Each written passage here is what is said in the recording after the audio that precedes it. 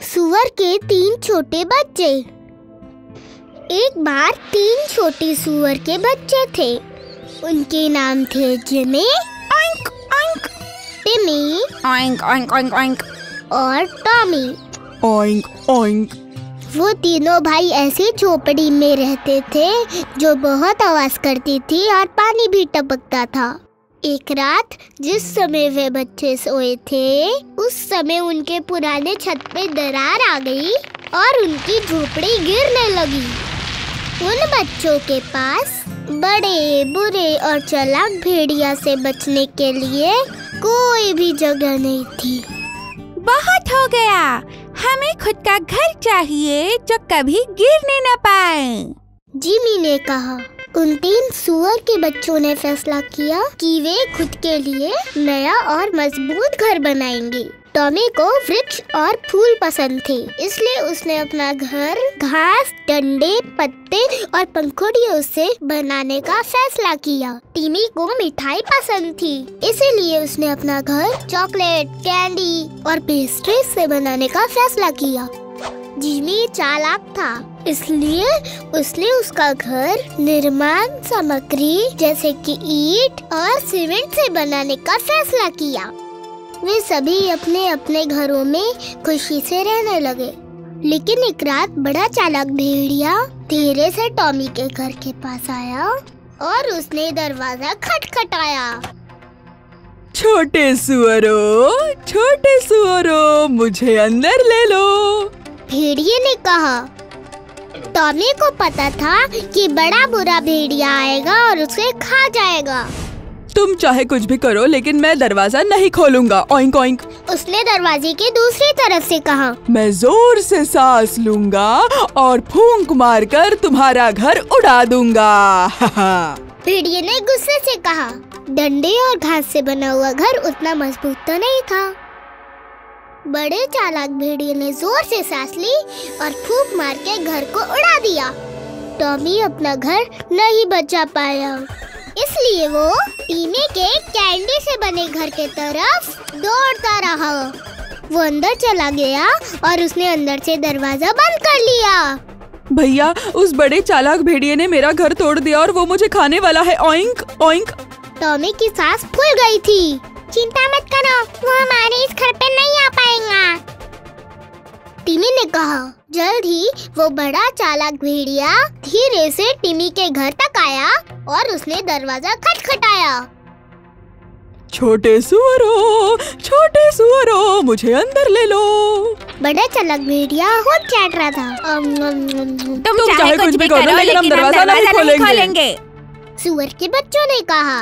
फिर मुझे गुस्सा आएगा और मैं सांस लेकर फूंक मारकर तुम्हारा घर उड़ा दूंगा।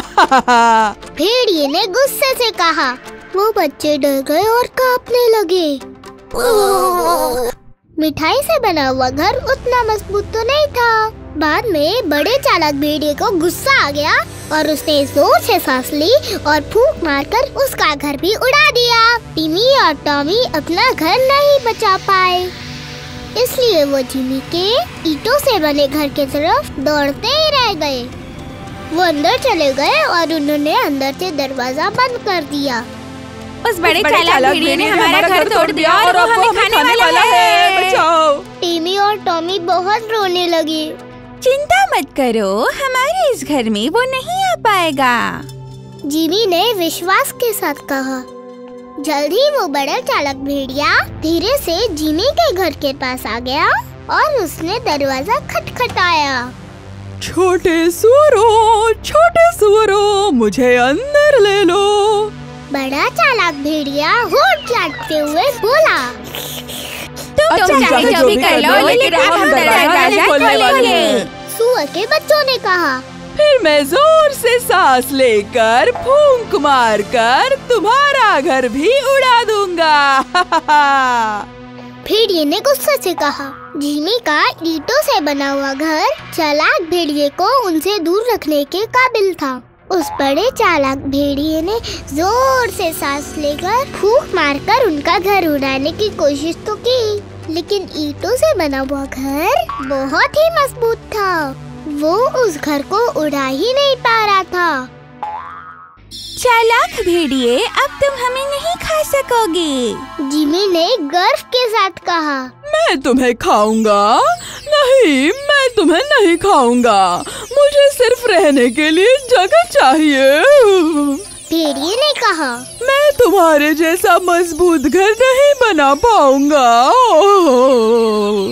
भेड़िए ने आगे कहा, चालाक भेड़िए, निकल जा। हमने तुम्हारे बारे में बहुत सुना है, हमें बेवकूफ मत बनाओ। जिमी ने कहा। ये सुनकर भेड़िया और गुस्सा हो गया और घर के अंदर जाने के लिए योजना बनाने लगा। टिमी और टॉमी डर गए थे और फिर से डर के मारे कांपने लगे। दोनों बड़े ही सहमे हुए थे। अरे नहीं, वो आएगा और हमें खा जाएगा। ऑइंक। टॉमी ने कहा। जिमी ने उसे हिम्मत देते हुए कहा, चिंता मत करो, मेरे पास एक योजना है। और जल्द ही उसने आग जलाई और पानी से भरा पतीला उस पर उबलने के लिए रख दिया। वो भेड़िया घर पर चढ़ गया और कहा, नन्हे सुअरों, अब मैं चिमनी से अंदर आऊंगा और तुम्हें खा जाऊंगा। उस भेड़िए ने चिमनी से अंदर आना शुरू किया, लेकिन जैसे ही वो बड़ा चालाक भेड़िया नीचे आ रहा था, जिमी ने ढक्कन हटा दिया। भेड़िया ठीक उबलते हुए गर्म पानी पे गिर गया।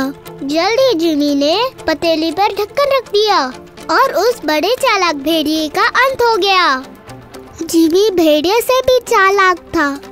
वो तीनों ही भाई हंसे और खुश हुए। वो छोटे सुअर के बच्चे तभी से ईंट से बने उस घर में खुशी खुशी रहने लगे। हम सुअर हंसते हुए और भी प्यारे लगते हैं, है ना?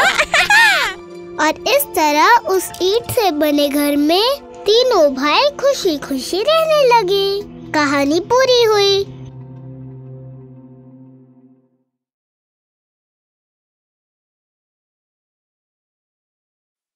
If you enjoyed this story, please like and subscribe our channel and press the bell icon to get future updates. And don't forget to comment.